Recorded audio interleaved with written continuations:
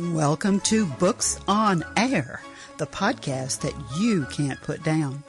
You're about to get a sneak peek at what goes on behind the scenes with authors.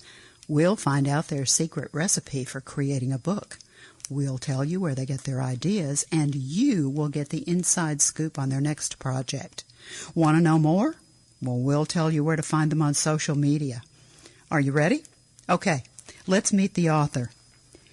Joining me today is Robert Oliver Brown, and we're doing part 2 of our interview with Robert for his book, The Sleeping Ute. Robert, welcome. Thank you, Suzette.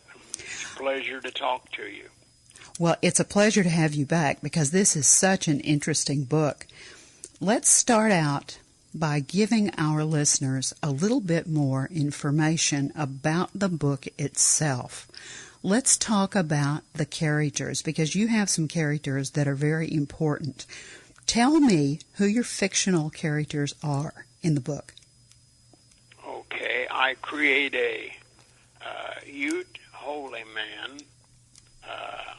I use him, his name is Jake, to introduce a lot of these spiritual thoughts that I want to present to the reader in advising me as we go along.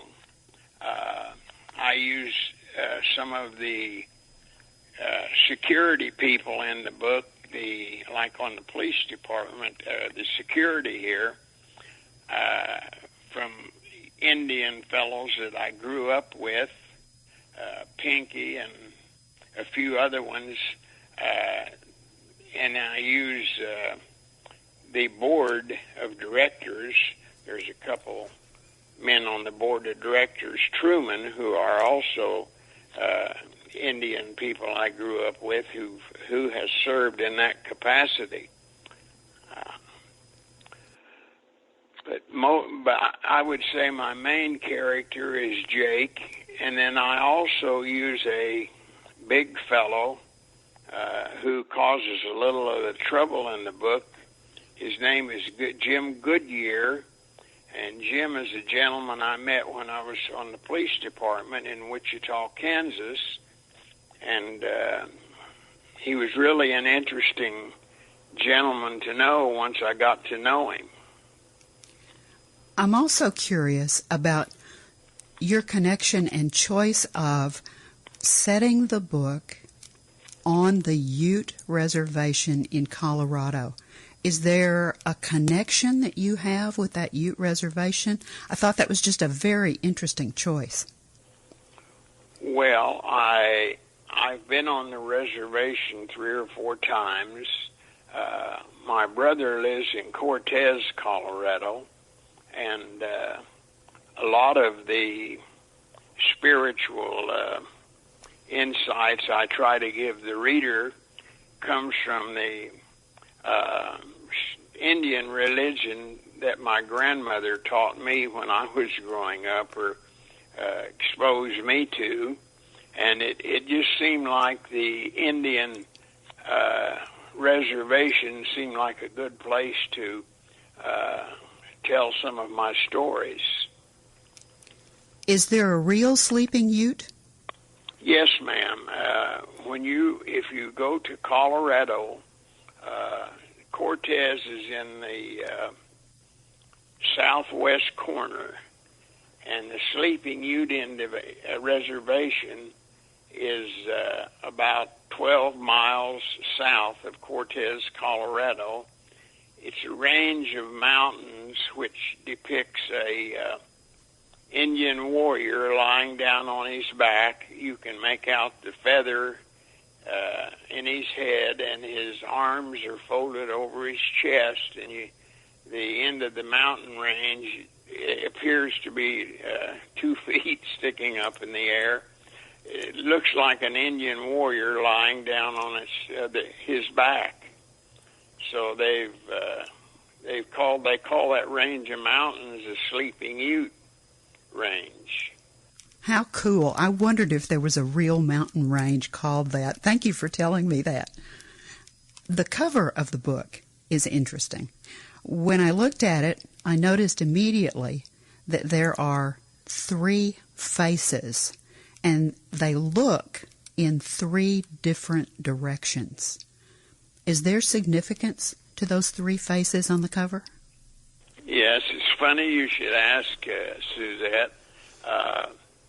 The second face, the one that's turned sideways, it connotates me taking on a little different resemblance after some of these spiritual outings I go on with this Ute holy man named Jake. I get just a little more spiritual in my thinking, and so I depict that on the front of the cover as growing a little in my understanding. So it's turned sideways. Now, the third face is not only turned sideways, it's much lighter. Now, because at the end of the book, which the last 2 chapters I have a lot of spiritual metaphysics in it, and it's mostly in the spirit realm, and so that's why it's much lighter. But I don't want to say too much more about the third face, because the last 2 chapters of my book are probably the most exciting, and there's a big surprise awaiting the reader in the last 2 chapters. We don't want to give away the good stuff. That's exactly right, Robert. Let's talk a little bit more about Jake. He plays such a huge role in your book. Is he based on a real person? Is he based on you? Tell me a little bit more about the character of Jake. Where did he come from? Well, he's just a spirit. He's just a fictional person which I create in my book. I expound on some of my metaphysics by using Jake to explain to me some of his insights for the reader. I give Jake earned 2 degrees at a nearby college, Durango, which is about 50 miles from Cortez. One degree in religion and 1 in history, and he's just quite a fictional character. And yes, he is one of the most important characters in the book, Suzette. I just think he's so powerful. I thought that perhaps there was a person or group of people that inspired him. He just seems so real. Well, thank you. I've done my job if he seems real to you. Growing up in the area of Wichita I grew up in, there was an older gentleman that I used to visit with once in a while. Of course, I was a child at the time, and I've never forgot him to this day. That it just kind of put me in mind of this Jake that I created in my book. I thought there must have been somebody that inspired you. Let's talk a little bit about you and something that happened to you that seems to me must have been a seminal event in your life. You were a police officer, and you were on duty, and you had a horrendous accident that put you in a coma, and you had a miraculous recovery. Do you think that accident and that miraculous recovery changed you in any way? Oh, yes, it changed me because it changed my understanding of God.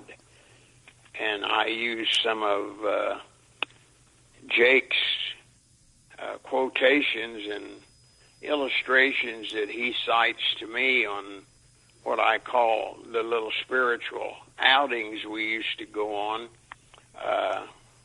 to get this. I found after the accident,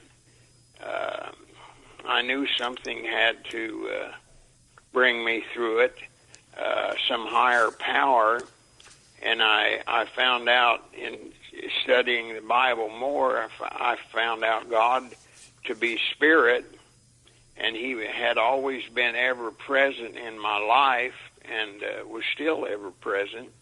The Bible refers to his ever presence as Emmanuel, or God with us.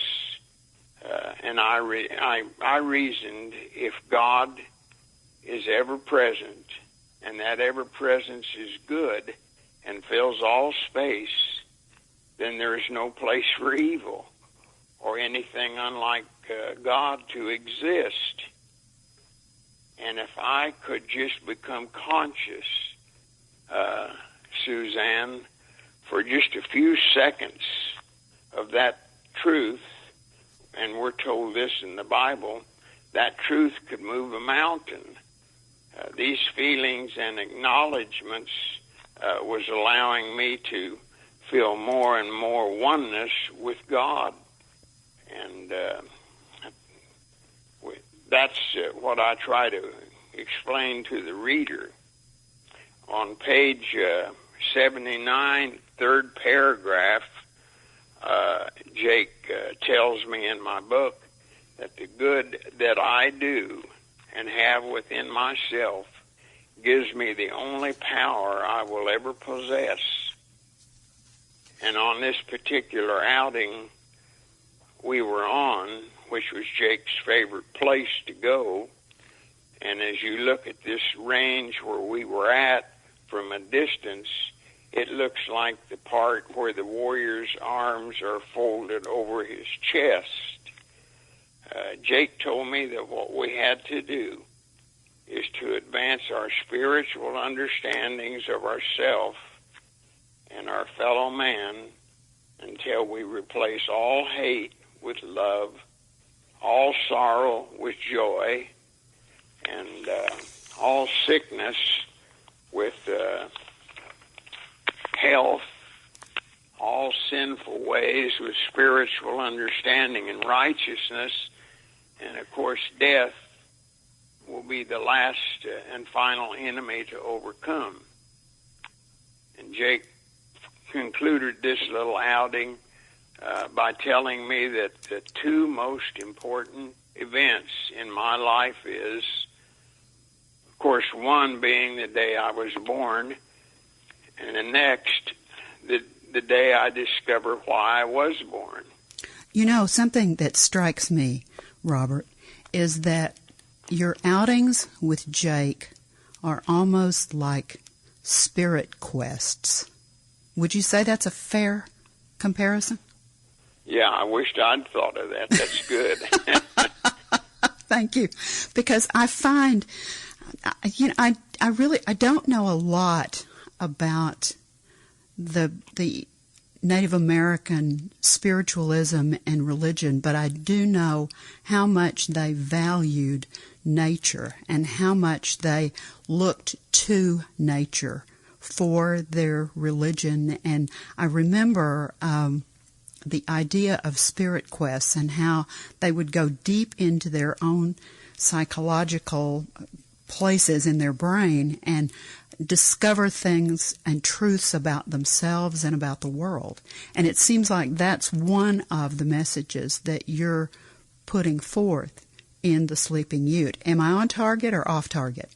Well, you're right on target. That's why I use Jake so much, Suzanne. One other little place on page 146, fourth paragraph, Jake tells me, and I'll tell the reader, not to worry about understanding all of what he was telling me now. that eventually, as long as I stayed connected, and of course we stay connected by seeing and treating our fellow man as we would like to be saw and treated ourselves. Of course, we get in trouble when we get disconnected, and you get disconnected when you start being unconcerned about your fellow man. So our main goal in life should be is to try to stay connected with God first, and then our fellow man, and this will all unfold in our consciousness. And that's so important right now as we all go through this coronavirus and the whole, it's just been so difficult for so many people. So many people have lost their jobs and lost their way to make a living, and it's just impacted lives in ways that we could not possibly imagine. And so I think that your ideas in the book, especially the religious themes that you have in the book, are extremely important right now. Thank you, Suzanne. I do too. Let me remind you of another thing here. I remember, in the Bible, the Apostle Paul saw the importance of understanding one's true selfhood when he said what we had to do was put off the old man, which is corrupt according to the deceitful lust, and be renewed in the spirit of your mind.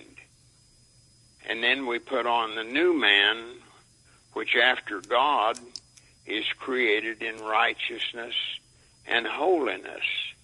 And I think if we can just gain a better knowledge of our true selfhood and our relationship to God, that will help us overcome a lot of our fear about the coronavirus, because really the only thing we can catch is love in God's universe.